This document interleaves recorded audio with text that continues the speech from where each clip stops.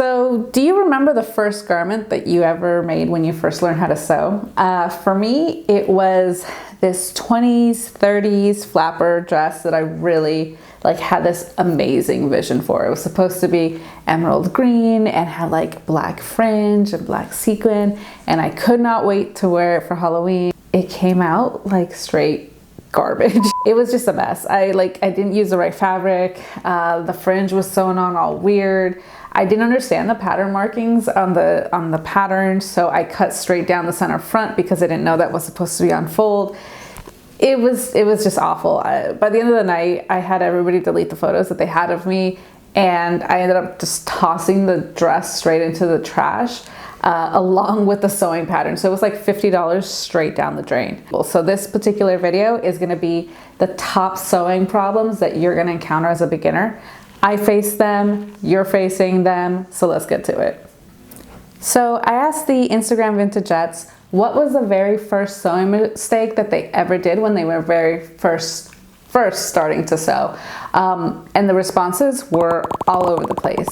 Some of them were super common, some were not so much. There's a lot of duplicates. But what kept coming up over and over again is that beginner mindset is real. We really want to just jump into sewing a project, and sometimes that means that we cut some corners or overlooking some things that are actually really important and really fundamental to learning how to sew. So I wanted to address them in this video and specifically break down the top 5 problems that you're most likely to experience and kind of just how to work through them. So problem number 5 that you're going to experience when you're learning how to sew is thinking that your garment is going to be perfect. And guess what? It's not. And here's the thing. A lot of beginners learn how to sew with sewing pillowcases and like pot holders and aprons and these very basic sort of things. But those skills don't directly translate to being able to sew a garment. Sewing is more of a incremental, exponential sort of growth curve. So each skill builds on the previous one. Being able to to sew a straight line on a pillowcase is great, and it'll help you with some aspects of sewing, but like being able to combine that with sewing around a curve.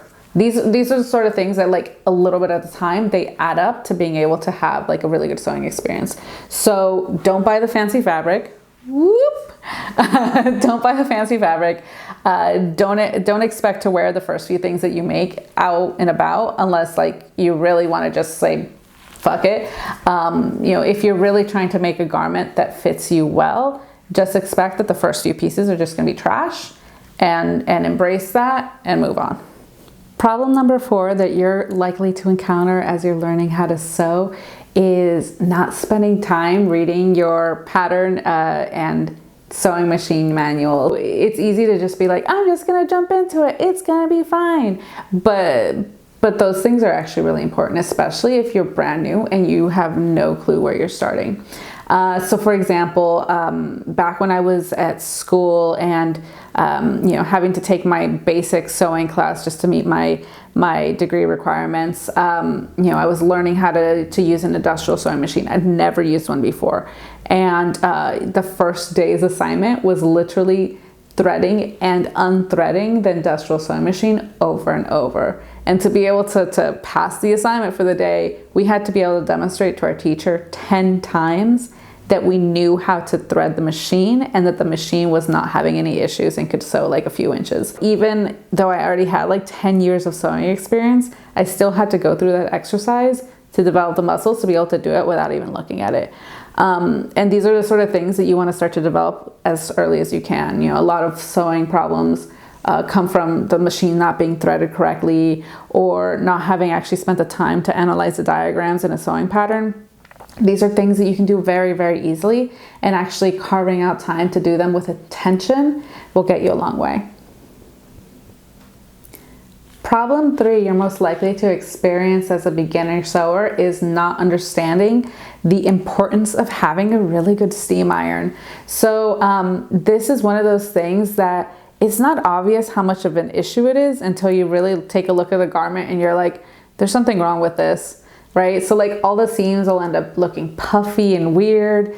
Pieces don't line up right. Things don't lay down correctly. Like it just looks weird. And the thing is that Nowadays, people don't really use an iron very often or think of how important it is. It's one thing to like iron a dress that you buy and just making sure that it looks tidy, but it's another thing to actually be able to manipulate the fibers in a garment when you're like sewing a seam, and then you can press the steam iron over it and it lays down properly. So these are like the subtle things that actually make a garment look professional versus not.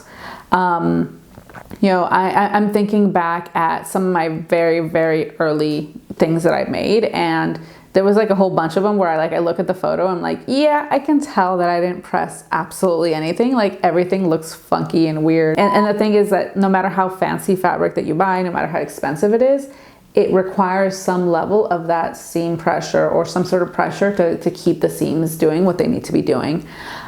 So what I highly recommend, and the thing that I would shout from the rooftops, is actually spending as much as is financially possible on an iron that is quality. So the iron is as important as the sewing machine. A lot of people don't think about it that way, but you should really spend as much time researching the iron you want to use as you do your sewing machine. The top two problems you're going to experience when you're first learning how to sew is not understanding the different types of fabric options that are available and how to use them. So this one is not something that you can learn overnight, unfortunately. It's something that, learning by doing, learning by experience is one of the biggest ways that you can really absorb that knowledge. I think we've all gone into the fabric store and just been like, yeah, this is cute, I really like it, I can see it, it's fine. And then realizing that you've bought something that does not work for the garment that you're making. It's essentially the equivalent of using like a really stiff denim for like a pair of underwear. Now, I mean, obviously some people really like that. That's fine, no judgment. But at the same time, when you think of a pair of underwear, you're thinking like a cotton jersey or something with some stretch, something that'll be a little bit more flattering and soft against the skin.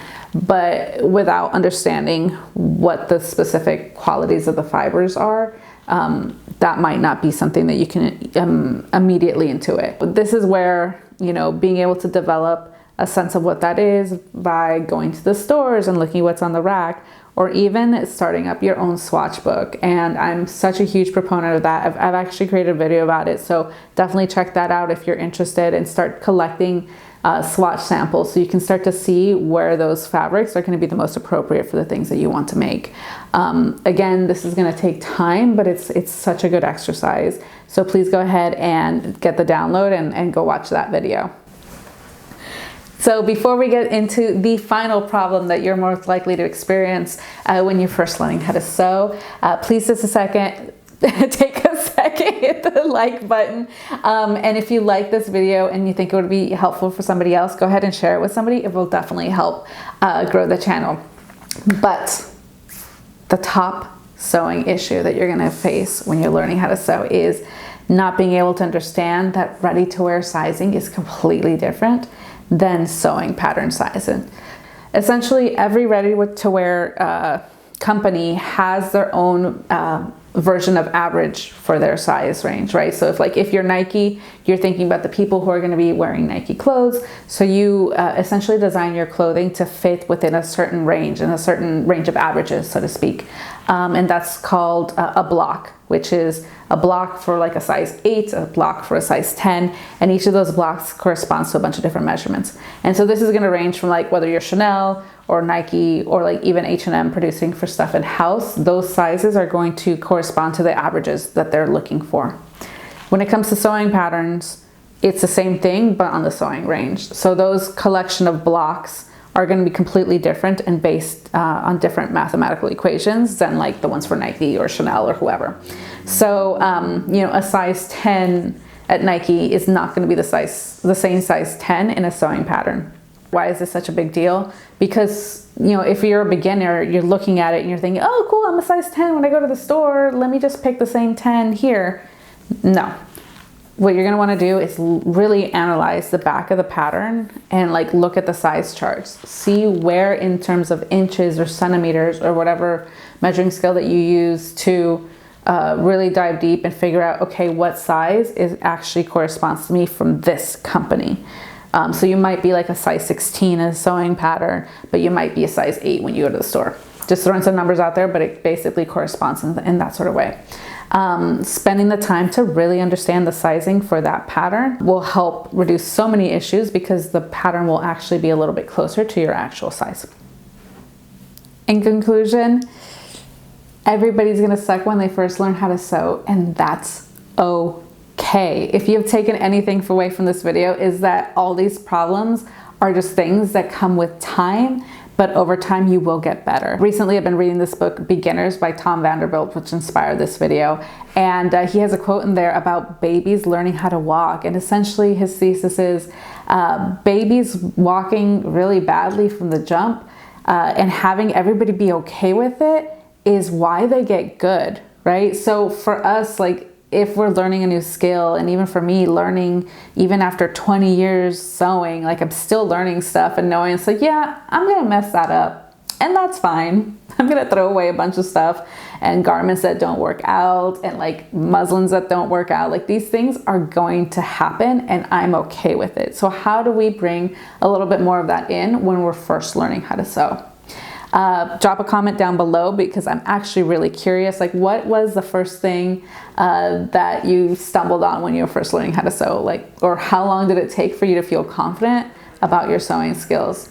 If there's something on this list that stood out and you're like, yes, that's the one that I wish I would have known, let me know down there as well, because I'm really curious to hear that. Thank you to all the Vintagettes who participated in the conversation over on Instagram. Please go ahead and follow and subscribe and things like that over there, because I'm really curious to hear more of your conversation, especially if you participate with our Instagram stories. Anyway, thanks everyone for watching. Like, share, subscribe, all the places, all the stuff, and I'll catch you on the next one. Bye.